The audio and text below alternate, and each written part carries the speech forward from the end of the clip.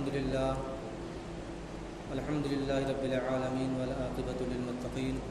والصلاة والسلام علی سید المرسلین وعلی آلہ واصحابہ اجمعین اما بعد فاعوذ باللہ من الشیطان الرجیم بسم اللہ الرحمن الرحیم واتخذ اللہ ابراہیم خلیلا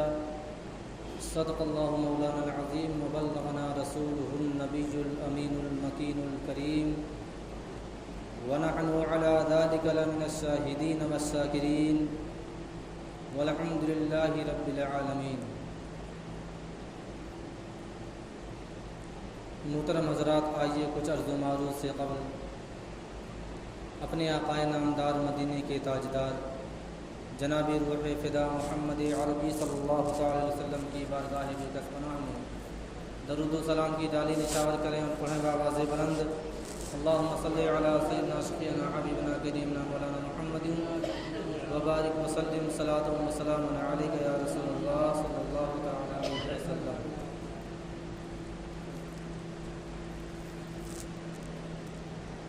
محترم سامعین،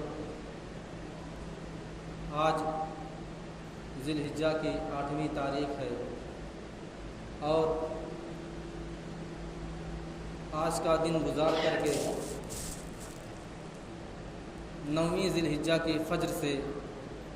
تکبیر تشریق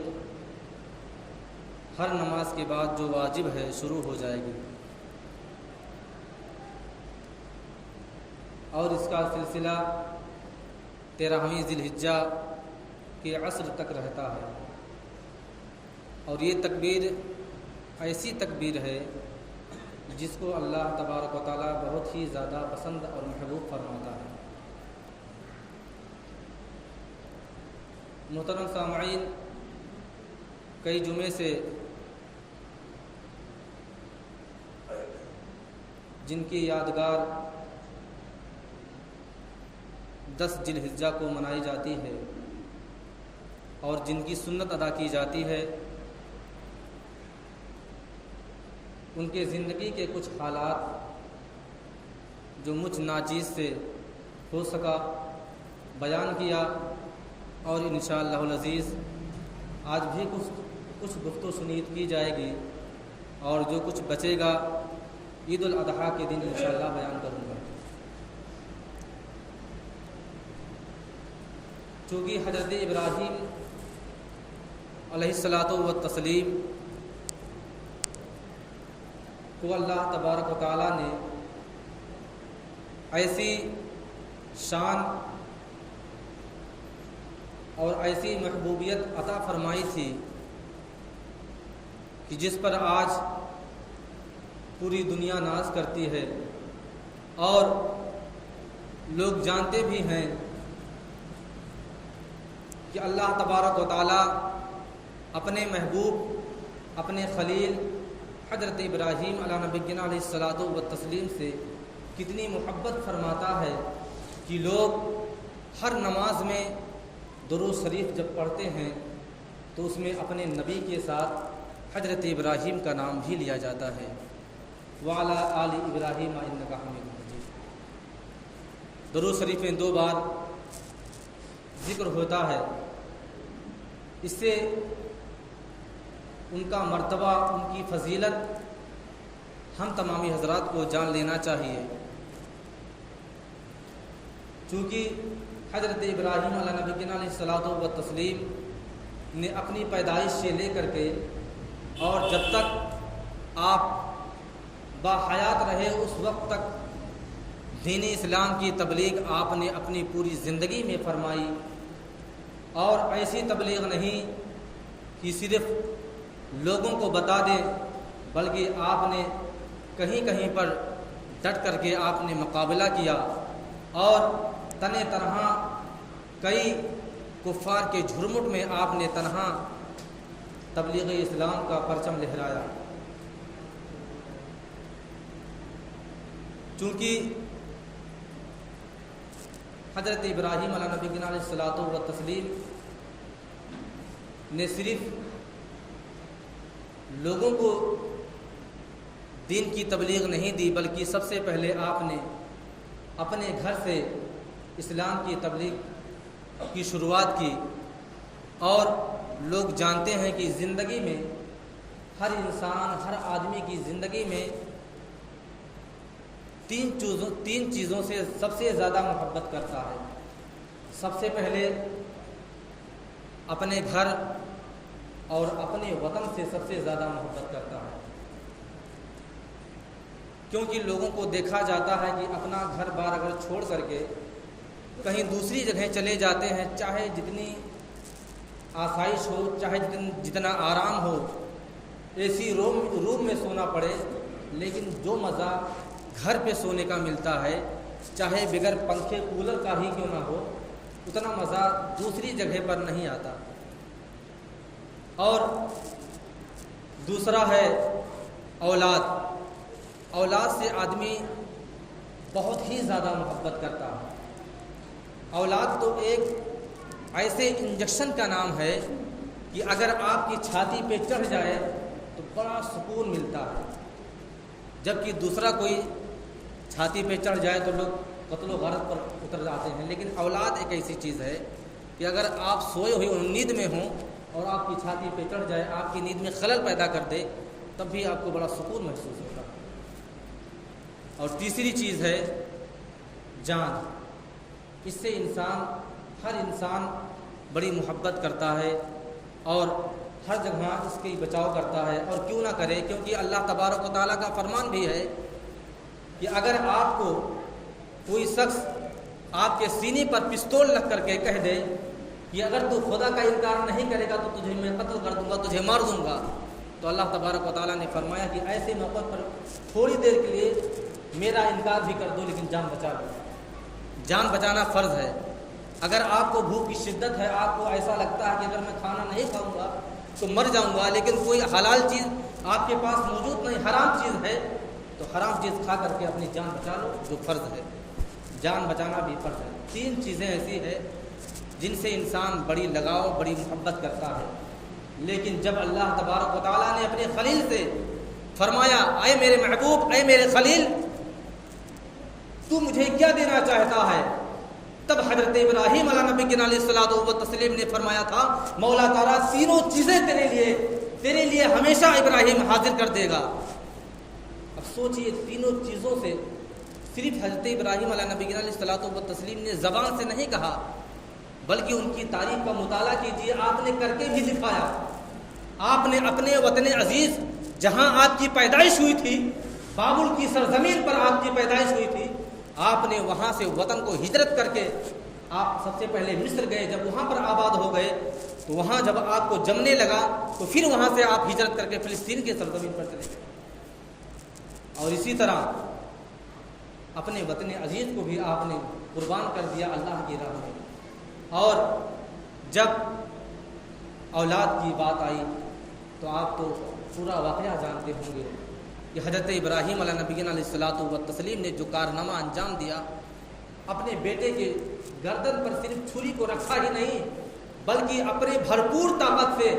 چھری کو آپ کی یعنی اپنے فرزند کے گردن پر چلایا بھی۔ یہ تو اور بات تھی کہ اللہ تبارک و تعالیٰ کی مصلحت تھی، لیکن آپ نے اللہ تبارک و تعالیٰ کی خوشنودی کے لیے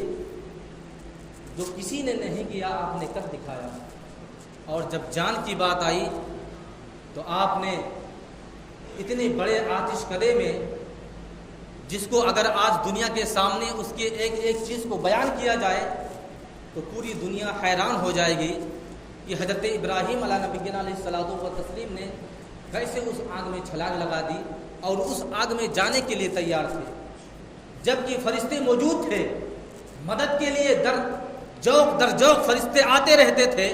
ابراہیم کوئی حاجت ہو تو بتا دو، لیکن چونکہ حضرت ابراہیم علیہ نبی علیہ الصلوۃ والتسلیم اپنی خوشی سے، اپنی رضامندی سے اللہ تبارک و تعالیٰ کی خوشنودی کے لیے اپنی جان کو قربان کرنے کے لیے آپ کے لپیٹ میں آئے تھے۔ یہ تو اور بات تھی کہ اللہ تبارک و تعالیٰ کی حکمت تھی، امتحان تھا آپ کا، آزمائش تھی آپ کی، کہ آپ نے تینوں چیزوں کو آپ نے کر دکھایا، صرف زبان ہی سے نہیں کہا، کیونکہ اللہ تبارک و تعالیٰ نے جب آپ سے فرمایا تھا ابراہیم میرے لیے تم کیا کر سکتے ہو؟ تب ابراہیم نے فرمایا تھا مولا تعالیٰ میں تینوں چیزوں تیرے لیے تجھ پر قربان کرتا ہوں۔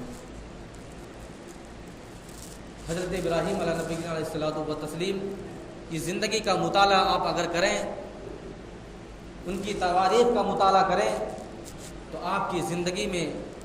بہت سی آزمائش ہوئی اللہ تبارک و تعالیٰ کی طرف سے،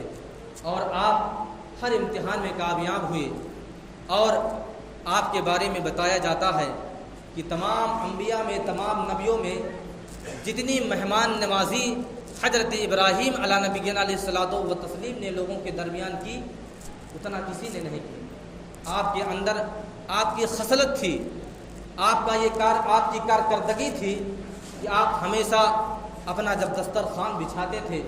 تو بہت لمبا چوڑا دسترخوان بچھاتے تھے، سینکڑوں ہزاروں کی تعداد میں ہر وقت آپ کے گھر پر،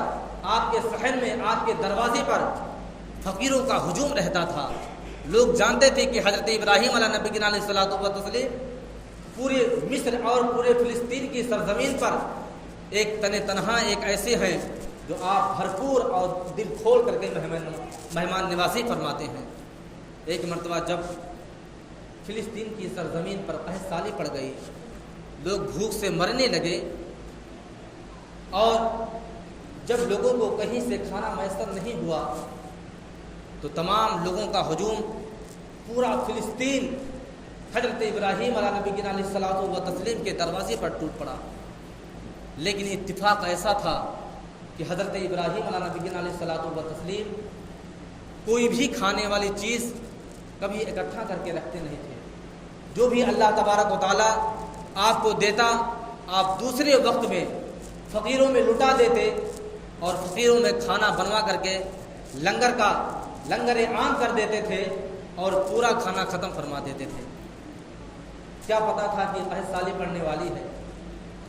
اچانک قحط پڑ گیا فلسطین کی سرزمین پر، فقیروں کا ہجوم آپ کے دروازے پر کھڑا ہے۔ آپ کی بیوی حضرت سارہ رضی اللہ تعالی عنہا جب اپنے حویلی کے چھوٹی سی باؤنڈری کے ارد گرد فقیروں کا ہجوم دیکھتی ہیں کہ لوگ بھوک سے تڑپ رہے ہیں، تب حضرت سارہ جانتی تھی کہ میرے خاوند کا ایک کوئی ایسا دوست مصر کی سرزمین پر ہے جو گیہوں اور چاول کا غلہ اکٹھا کر کے ہمیشہ رکھتا ہے۔ آپ نے موقع کو غنیمت سمجھا اور چند لوگوں کو بلایا اور 5 اونٹ دیے اور کہا کہ مصر کی سرزمین پر فلاں شخص کے یہاں چلے جاؤ جو میرے خاوند کا بہت خاص دوست ہے، جس کے یہاں ہمیشہ غلہ، گیہوں، چاول وغیرہ بھرا رہتا ہے، جاؤ اس سے کہہ دو کہ حضرت ابراہیم علیہ نبی علیہ الصلوۃ والتسلیم کی طرف سے میں قاصد ہوں اور کچھ غلہ لینے کے لیے آیا ہوں اور 5 اونٹ لے کر آیا ہوں، اسی پر غلہ لدوا دیجیے۔ وہ تمام قاصد فوراً نکل جاتے ہیں۔ حضرت ابراہیم علیہ نبی علیہ الصلوۃ والتسلیم کو خبر نہیں ہے، اور جب مصر کی سرزمین پر پہنچتے ہیں تو قاصد نے حضرت ابراہیم کے دوست سے کہا کہ میں ان کی طرف سے آیا ہوں اور کچھ غلہ اور چاول چاہتا ہوں، فلسطین کی سرزمین پر قحط پڑ گیا ہے۔ ان کے دوست نے کہا کہ مجھے تو معلوم نہیں تھا کہ حضرت ابراہیم کی طرف سے کوئی قاصد آنے والا ہے، میں تو کل ہی کے دن پورا غلہ فقیروں میں لٹا دیا، سارا غلہ تقسیم کر دیا، میرے پاس کچھ بھی موجود نہیں ہے۔ تمام قاصد حیران ہو جاتے ہیں، کیا کیا جائے، پریشان ہو جاتے ہیں۔ لوٹ کر کے جاؤں گا تو فقیر کیا سوچیں گے؟ لوگ سوچ رہے ہیں کہ 5 اونٹ لے کر کے نکلے ہیں اور اب واپس آتے ہی ہوں گے، ہمارے لیے کچھ کھانے کا انتظام کیا جائے گا۔ لیکن قاصد وہاں سے خالی ہاتھ واپس آتے ہیں، اور راستے میں سجدر و حیران تھے، پریشان تھے کہ آخر وہاں پہنچ کر کے لوگوں کو کیا جواب دیا جائے گا۔ لوگ تو کھانے کے انتظار میں اپنا ایک منٹ کا انتظار کر رہے ہیں۔ کچھ قاصدوں کا مشورہ ہوا آپس میں لوگوں کا لوگوں نے کہا کہ ایسا کیا جائے کہ جو ہم لوگوں کے پاس بوریے ہیں، جو بوریا ہے اس پر یہاں ریگستان کی سرزمین سے کچھ ریت بھر لیا جائے اور اسی کو اونٹ پر لاد دیا جائے، تاکہ لوگ جب دور سے دیکھیں گے تو کم سے کم ان کو تسلی تو ہو جائے گی، اور اس کے بعد جب حضرت ابراہیم کے دربار میں پہنچا جائے گا تو کسی طرح سے انہیں سمجھا بجھا دیا جائے گا کہ کیا ہوا کیا نہیں ہوا۔ لیکن کم سے کم لوگ دور سے جب دیکھیں گے کہ اونٹوں پر لدا ہوا بوریا آ رہا ہے، بھر بھر کے بوریاں آ رہی ہیں، تو لوگ کم سے کم خوش تو ہو جائیں گے تھوڑی دیر کے لیے، بعد میں انہیں سمجھا بجھا دیا جائے گا۔ لوگ جب چہار دیواری کے اندر پہنچتے ہیں، حضرت سارہ رضی اللہ تعالیٰ عنہ ان کا راستہ دیکھ رہی تھی کہ کب لوگ پہنچیں گے اور کھانوں کا ڈیگ چڑھایا جائے گا اور جلد سے جلد کھانا تو ان لوگوں کے لیے تیار کیا جائے گا جو باہر ہجوم کھڑا ہوا ہے، قحط سالی پڑی ہوئی ہے، نہ جانے لوگ کتنے دنوں سے بھوکے ہیں، انہیں کھانا میسر نہیں ہوا ہے۔ جب قاصدوں نے اونٹ کی بوریا اتارنا شروع کیا تو ایک قاصد حضرت سارہ کے پاس جا کر بتانے ہی والا تھا کہ ہم لوگ وہاں سے خالی آئے ہیں اور راستے ہم لوگوں نے اس بوریے میں ریت کو بھر لیا ہے تاکہ لوگوں کو تسلی ہو جائے۔ ابھی کوئی قاصد کہنے ہی والا تھا، اتنے میں حضرت سارہ رضی اللہ تعالیٰ عنہ تمام بوریاں کھل چکی ہوتی ہیں۔ آپ نے دیکھا کہ ایسا چاول، ایسا گیہوں اس میں موجود ہے کہ کبھی آپ نے ویسا گیہوں اپنی زندگی میں نہیں دیکھا تھا، اور جب گیہوں کو چکی میں پیس کر کے یا جس میں بھی پیسا جاتا رہا اور جب پیسا گیا اور جب دیگیں چڑھائی گئیں تو ایسی خوشبو تھی کہ پورے فلسطین کی سرزمین پر مہک اٹھا، اور تمام قاصد جنہوں نے اپنے ہاتھوں سے اپنی نظروں کے سامنے ریت کو بھرا تھا وہ تو دیکھ کر حیران و پریشان تھے۔ اور جب لوگوں نے کھانے کو تناول کر لیا، حضرت ابراہیم علیہ نبی علیہ الصلوۃ والتسلیم کو خبر ہی نہیں، آپ پر جب وہی پر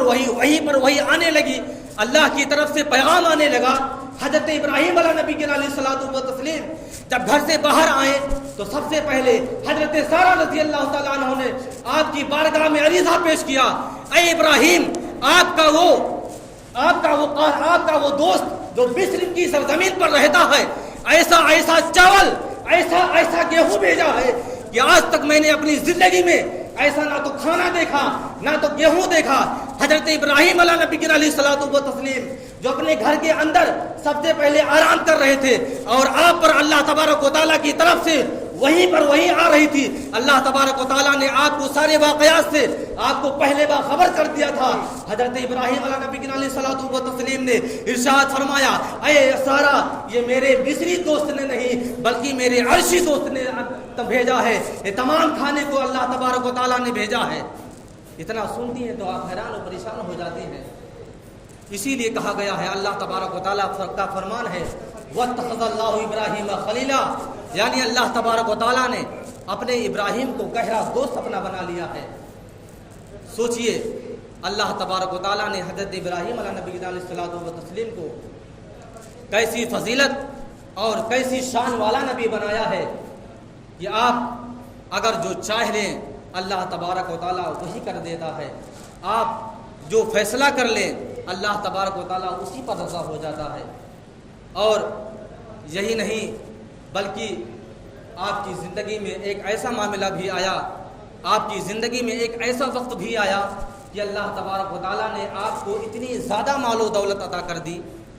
کیونکہ پچھلے زمانے میں مال و دولت اس کو کہا جاتا تھا جس کے پاس سب سے زیادہ بکریاں ہوں، جس کے پاس سب سے زیادہ گائے بھینس اور اونٹ وغیرہ ہوں، اسی کو مال و دولت کہا جاتا تھا اس زمانے میں۔ اس زمانے میں تو روپیے پیسے کو کہا جاتا ہے، خزانے اور چاندی زیورات کو کہا جاتا ہے، لیکن اس زمانے میں جس کے بارے میں کہا جاتا تھا کہ سب سے زیادہ مالدار شخص ہے، یعنی اس کے پاس سب سے زیادہ بکریوں کا ریوڑ، اونٹوں کا ریوڑ اور دیگر جانور اس کے پاس موجود رہتے تھے۔ بہرحال اللہ تبارک و تعالیٰ نے جب فرشتوں کے درمیان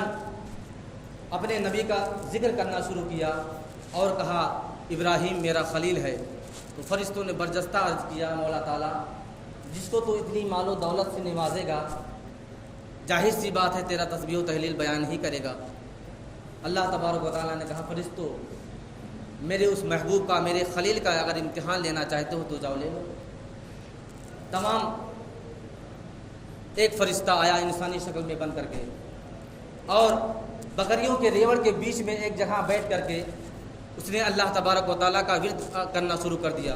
اللہ اکبر لا الہ الا اللہ اللہ اکبر وللہ الحمد۔ جب حضرت ابراہیم علیہ نبی علیہ الصلوۃ والتسلیم نے اتنا سنا تو بڑی خوبصورت آواز تھی، کیونکہ فرشتے کی آواز تھی، وہ دنیاوی آواز تو تھی نہیں، آسمانی آواز تھی، فرشتے کی بہت سریلی آواز تھی۔ حضرت ابراہیم نے جب سنا تو فوراً اس کے پاس آ گئے اور کہا کہ ایک بار اور اللہ تبارک و تعالیٰ کا تو ذکر سنا دے۔ کہا ایسے نہیں سناؤں گا، اس کے لیے روپیے آپ کو دے، کچھ پیسے دینا پڑے گا، کچھ مال دینا پڑے گا۔ حضرت ابراہیم نے کہا کیا لینا چاہتا؟ کہا کہ یہ بکریوں کا جو ریوڑ سارا ہے مجھے دے دو۔ حضرت ابراہیم نے کہا بس اتنا ہی؟ جاؤ لے لو، لیکن میرے رب کا ذکر ایک مرتبہ اور کر دے۔ پھر اس نے تکبیر لگانا شروع کی، اللہ اکبر لا الہ الا اللہ واللہ اکبر للہ الحمد۔ چند بار اس نے کہا، پھر رک گیا۔ حضرت ابراہیم نے کہا میرے رب کا تو ذکر کیوں نہیں کرتا، تو خاموش ہو گیا۔ کہا کہ آپ نے جو بکریوں کا ریوڑ میرے حوالے کیا تھا، مجھے سونپ دیا تھا، مجھے دے دیا تھا، اتنا تو میں نے سنا دیا، وہ ختم ہو گیا اس کا، اب اور مال و دولت اور مال چاہیے۔ کہا کہ کیا لینا چاہتا؟ کہا یہ جو بھینس اور گائے پورا ہے آپ کا، پورا دے دیجئے۔ پھر حضرت ابراہیم نے پورا دے دیا۔ پھر اس کے بعد چند بار اللہ تبارک و تعالیٰ کا ذکر کیا، وہی اللہ اکبر۔ سوچیے اللہ تبارک و تعالیٰ کو کتنا پسند ہے کہ آج حاجیوں کے لیے ضروری ہو گیا اور ہم امتیوں پر ہر نماز کے بعد واجب ہو گیا۔ سوچیے اللہ تبارک و تعالیٰ کو وہ تکبیر تشریق کتنی پسند آئی کہ آج ہم لوگ بھی اسی پر عمل کر رہے ہیں۔ کیونکہ پھر حضرت ابراہیم نے کہا، پھر وہ چند بار تکبیر لگائی اور اللہ تبارک و تعالیٰ کا ذکر کیا، پھر خاموش ہو گیا۔ حضرت ابراہیم کیف و مسرور میں آپ جھوم رہے تھے، آپ کی آنکھ کھلی تو خاموش تھا۔ کہا کہ کیوں نہیں سناتا اللہ تبارک و تعالیٰ کا ذکر؟ کہا جو آپ نے جو دیا تھا اتنا میں نے سنا دیا، ختم ہو گیا،